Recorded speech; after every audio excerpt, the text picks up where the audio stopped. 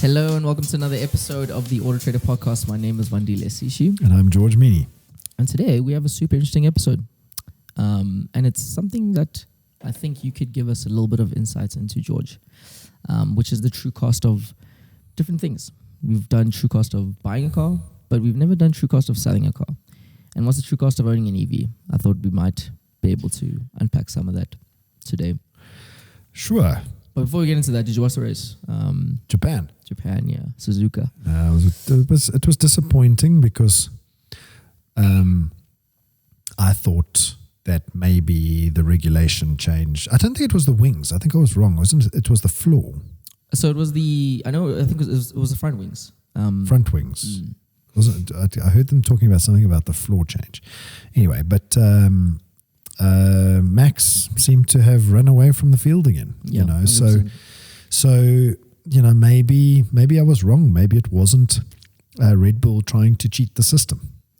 Well, I mean, he won by what? I think he was ahead by 18 seconds. 19 seconds, yeah, 18, 19 seconds. So the gap is definitely closed up a little bit. It could be the track, of course. I think we'll have to kind of see with the rest of the races, but the field has closed up, and some people might argue that that's just development. Well, this was a very long track. Yeah. I think Suzuka's one of the longest. Yeah. It was only, a 53 lap race versus 70. Oh, did like Monza or something, yeah. So, I mean, it remains to be seen. The trouble is the next race could win Verstappen the championship in the sprint race. I mean, they won constructors in Japan, so that's done. But the drivers want the drivers, and I think that's where it's, Yeah, the drivers is the epic one. Yeah, it's the one that... But he could win it in the sprint race. Yeah.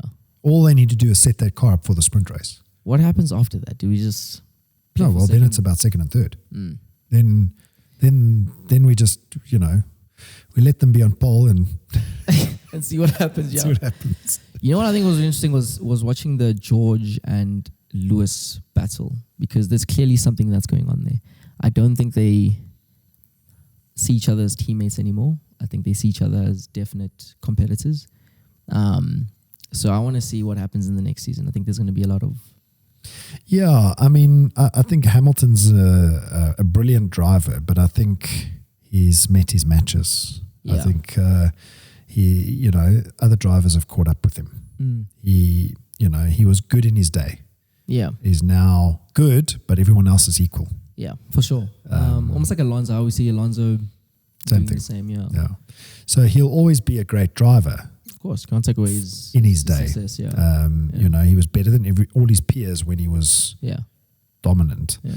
Now he's not anymore. Yeah, 100%. So I think Russell's probably equal to Hamilton, but Russell's a little bit more of a risk taker, I think. Yeah. Also, the experience, you can just see the experience is not there. Yeah. A little bit more of a risk taker. He's almost like Lando 2 years ago. Yeah. It feels. Exactly. Yeah. So I don't know. I mean, maybe Hamilton should go away and bring his risk taking back if he wants to beat Russell. Yeah, for sure. But definitely there will be a. I think they're going to collide. Honestly, I think before the end of the season they're going to collide. The way the way they were speaking about each other was just kind of scary as a Mercedes fan. Yeah. On my side, but let's see what happens. I think there's still lots to fight for. Yeah, I mean, what was interesting was the way some of the teams were instructing drivers. Like I can't remember which team it was. I think it was McLaren, probably Piastri and Lando. No, it might have been McLaren, where the race engineer said to one of them, I can't remember which driver it was. It's not a question; it's an instruction. Oh yes, to pit. Yes. Was it? No, I can't remember who it was, but I remember that. Yes. Yeah. It wasn't a question, it was an instruction. And I suppose that's a good thing, because I suppose that instruction has to come from the team boss. Yeah. Like, tell him to come in now. Sometimes the drivers think they can see everything, which, to be fair, I mean, they're in the car, but... Yeah. But they've got to make their argument over the radio. For sure. If they don't agree. Yeah. It's like you can't just...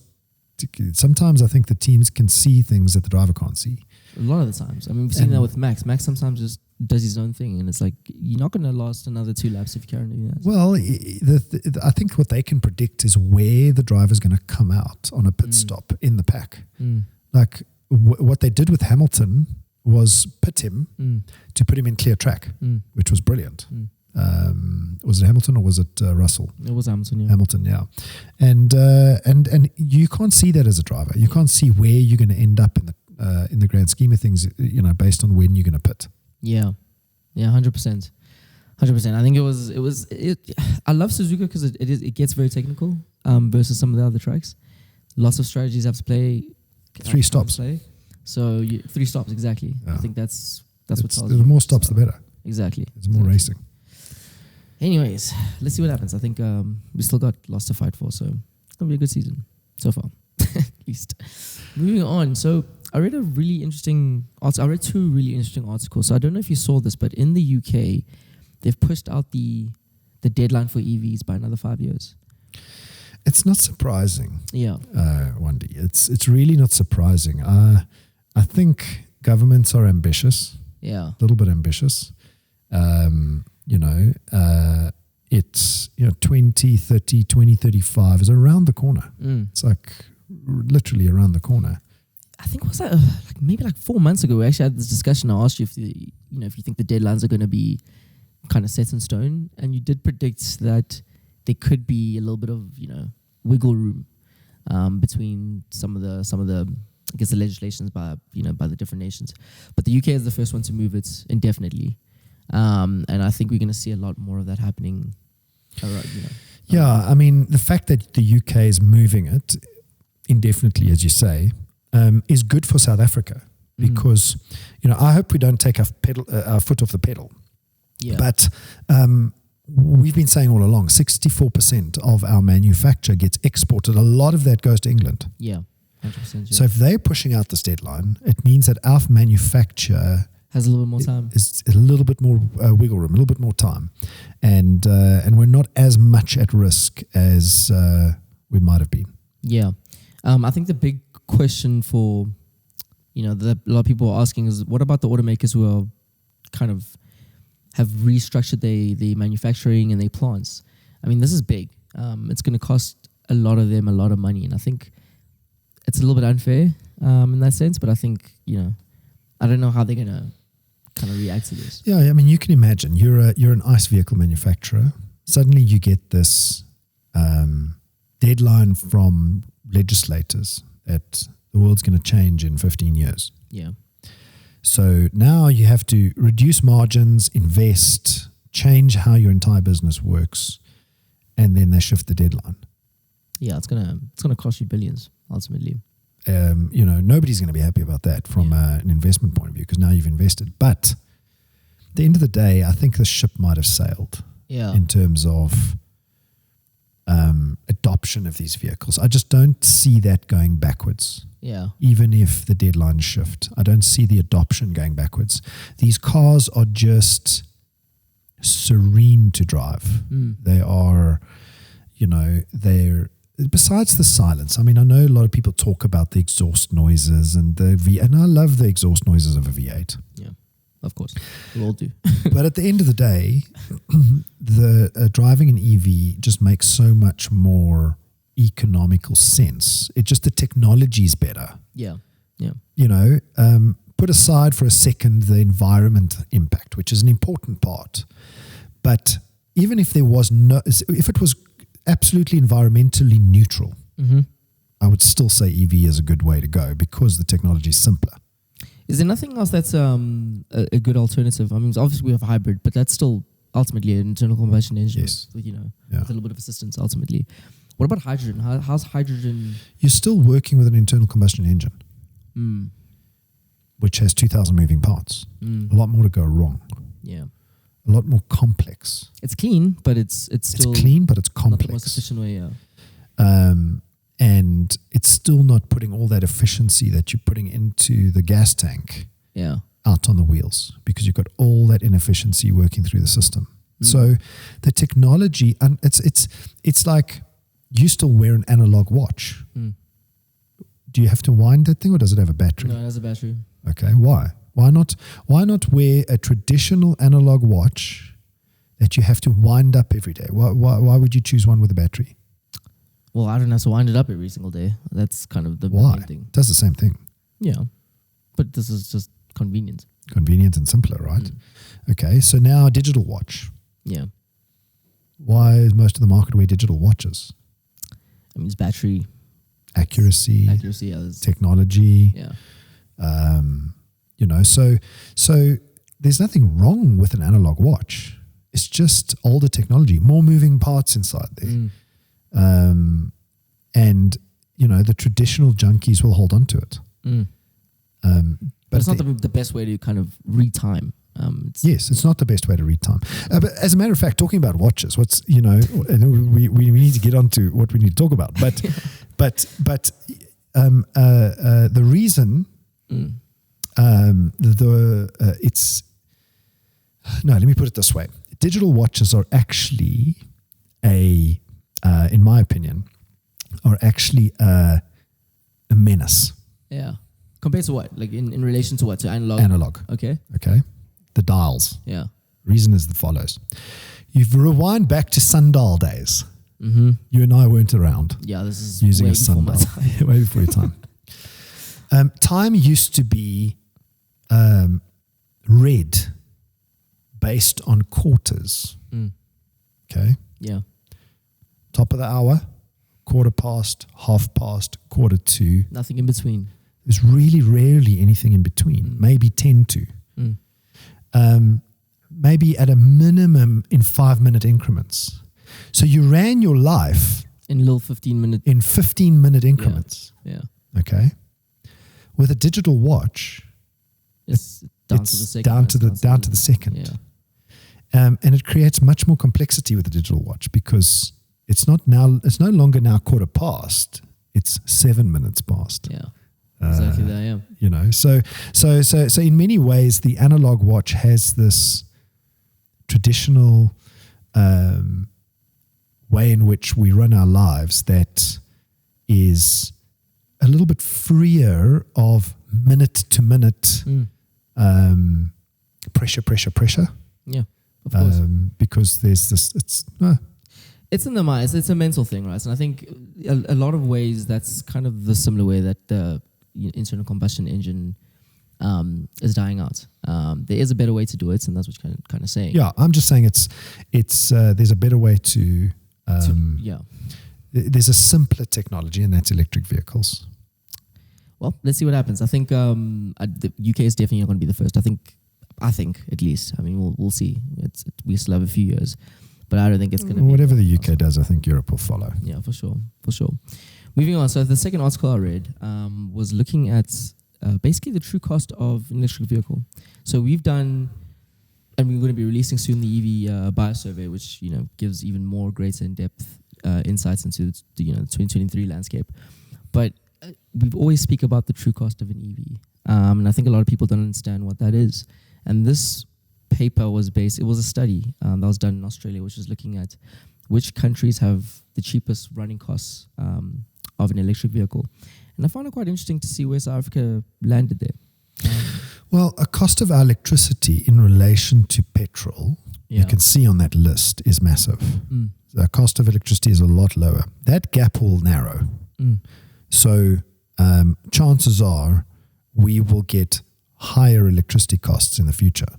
Now, also bear in mind that this study was calculated based on a situation where our petrol prices are very, very high at the moment. Yeah, that's true. So if you think about, where we are, I think it's 27 Rand a litre for diesel. Yeah, it's around there. It's around there. And this study was based on 144 Rand to fill to do 100 kilometers in an ICE vehicle. So I'm not sure what the fuel rate was. You can probably calculate it, but we are coming off a calculation where our fuel cost is pretty high. Okay, so if you assume for a second that our fuel cost is normal, that means our electricity cost is low.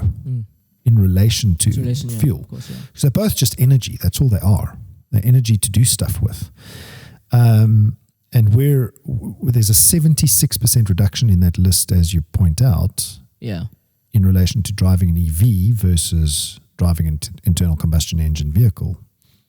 I don't know if that's in the long term a realistic gap. You think it's going to change as a result of more pressure on the grid? This becomes electricity becoming more expensive, essentially. Yes. So we have to upgrade our grid. Yeah. From a layman's point of view, from the outside, we have to upgrade our grid. In order to upgrade our grid, it costs money. It's a conversation that people are having, though, because it seems to me that really the big conversation is just we need to kind of do the adoption, and we don't look at the long-term costs of EV. Yeah.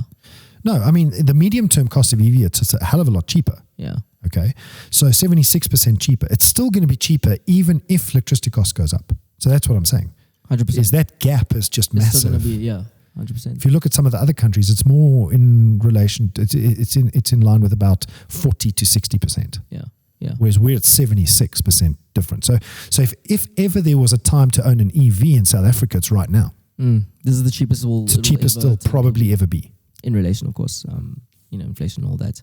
For context, so this is a study until the incentives come. Of course, then it's going to be a little bit more different. Because you won't have the upfront capital cost.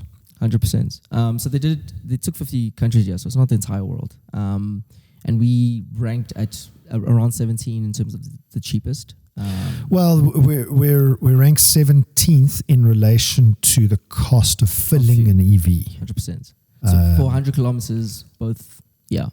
So what does it cost to drive an EV for 100 kilometers? We rank 17th. Yeah, which is 34 rand, just under 35 rand, versus the 144 for petrol.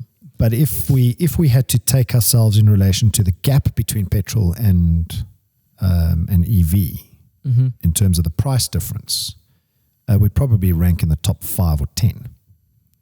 I mean, Italy is 134 rand for the 100 kilometers versus 185 for petrol. Do you think that's just super expensive, electricity in Italy? Is that what you kind of suggesting? Yeah, no. Energy costs in Europe is you can see it's quite expensive. I'm not too sure if they have taken in consideration just the kind of cost of living. No, they wouldn't have. It would be just the cost to drive an EV for 100 kilometers. Okay. So the cost of energy in Europe has risen, and that's the reason this list is the way it is. So it is really cheap to run an EV in South Africa. And in the last 2 years, where you've actually driven an EV, do you still feel that it's a lot cheaper? I think the cost is about equal. Okay. When you take into account the increased capital outlay. Yes. After how long though? After 5 years? You think that's when you start seeing? No, you've got to take the calculation over the life of the car. Yeah. Right, or over the lifetime that you would drive a car. So call it 5 years. Yeah. Okay, and then take off the depreciation. What you buy the car for? What would you sell the car for? What is the difference in that? That's a cost to you. Any cost of driving the car, which in the case of an EV is only electricity. On an ICE vehicle, it would be electricity. It would be fuel, servicing, 100%. Parts, all those things. And compare the two that way. While the saving is 76% in fuel for an EV in South Africa, you still have that initial capital. That initial capital outlay, is still big. Okay, it's still prohibitive. I mean, that's until we get the incentives. That's when we'll start seeing. Yeah, but when are those coming? Yeah, I mean, I'll ask my friends. Moving on. So, staying on the topic of the true cost of things. I think something that we've spoken about is the true cost of buying a car. So we've spoken about, ownership is not the same thing as just buying a car. It's two different things that you have to take into consideration. But I think when people are selling a car, they don't think about what are the costs that they might incur. So, I mean, just off the cuff, is there any cost that you might want to raise up that people might not necessarily think about? Like selling? Yeah, so the outgoing costs of selling a car is obviously the advertising cost. Yeah. Okay, so if you advertise it on AutoTrader privately, that would cost you 549 Rand for an advert. If your price is in the right place and it's the right make, model, and variant, chances are you'd pay once for an ad and then sell your car within that advertising period. If you've got an unrealistic price expectation, or you've got the wrong make, model, variant that is not in demand at the moment, or there's a high supply of those, which means you've got to bring your price down, you could be paying 2 times, 3 times that. Exactly. Yeah. 1,500 Rand for ads, for instance. So it's advert is one of them. So the other ones that have come up, which was a surprise to me, was capital gains tax. Not a likely scenario in South Africa unless you are a business. Ultimately. No, not on a car unless it's an investment vehicle like an exotic car that appreciates, or a classic car that appreciates. Okay. But you're not going to pay CGT. Yeah, as an individual, and just as an individual on a car. Chances are the car is going to depreciate massively. So the time you could pay tax on a vehicle in a business is if that car, if the car's tax write-off is faster than the actual depreciation of the car, then you could pay tax on the difference. Naturally, obviously, there's VAT, which you might have to deal with.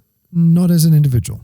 Once again, so ultimately, there isn't too many additional costs outside of just documentation and those sort of things. So it's going to be your advertising cost, and it's going to be any costs you incur to prove to the buyer that the car is in good condition, like maybe a DECRA report or a 75,000 point check from the OEM or one of those. Okay, understood. But we do have this article which does speak into this in more great detail. So we'll link it inside, underneath the video if you want to check that out. Lastly but not least, George, big fan favorite. People are always asking us questions on AskAutoTrader. So I thought maybe we could ask some fresh ones that have come through, and maybe you can help some of the people who've asked. So Katlego's asked, I just bought a house, still waiting to move in. When is it the right time to buy a car? Katlego, that is a complex question. A few variables. Yeah, depending on your own situation. So very difficult to answer. The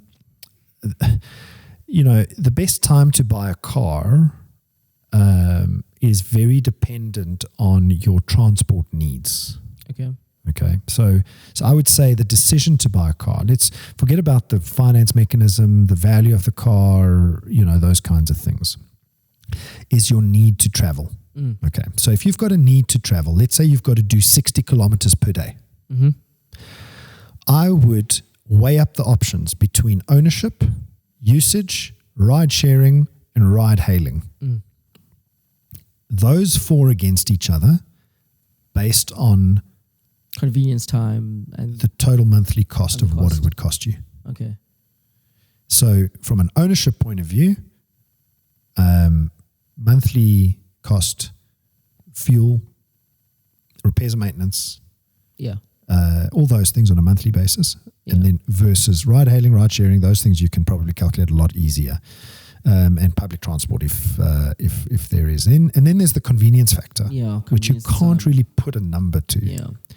So for me, it's when owning a car becomes the most efficient way to get from A to B or to get to where you want to go. 100%. That's the right time to buy a car, Katlego. So there isn't like a set time. It's really just about weighing up your situation. Weighing up your situation, lowest possible lifestyle cost. 100%. That's the way to go. The lifestyle cost. It's the trap that everybody falls into is lifestyle. People want to live beyond their means. They want to live up to the Joneses. You know what? They want to. Most people in the world want to buy things they don't need to impress people that they don't like. 100%. That's how it works. Well, don't do that, Katlego. Just look at your situation, and then they'll kind of, there's no direct answer. Next question from Bultong. Lovely name. Where can I find dealer reviews? We actually received a lot of this question, so I think maybe we can It's a good question, Biltong, because at the moment, AutoTrader is, thinking about, how do we solve this problem? Mm-hmm. But at the moment, it doesn't really exist in a automotive business. It exists on social media and other platforms, so you can go and Hello Peter and all those guys. Yes. So go and do your research there. Yeah. You'll find a lot of business reviews on social media as well as other dedicated platforms. But from an automotive point of view, just from a dealership review perspective, no one's done anything yet. So the best thing to do here is just kind of do your homework and research. You have to. You've got to do your research on a dealer before buying a car. 100%. And the last question comes from Stasio, who's asked, I've just finished paying off my car. How do I get the financial bank, or how do I get the logbook from the bank who financed the vehicle? Stasio, why would the bank have the logbook? If the bank financed your car, I think Or am I misunderstanding the word logbook? I think it's basically the title deed of the vehicle after you've paid off the vehicle. Oh, okay. You're talking about the title. Yeah. So the bank will have it in their vault somewhere. And once you've paid off the vehicle, the bank will give it to you with pleasure. Just get in touch with the banker. 100%. And that's pretty much... Probably have to prove that it's your car. I mean, what did you have to do then? Just ID, if it's your car and the finance was in your name, shouldn't be a problem. 100%. And that's all the time we have for. Thank you again, George. See you next week. All the time we have for.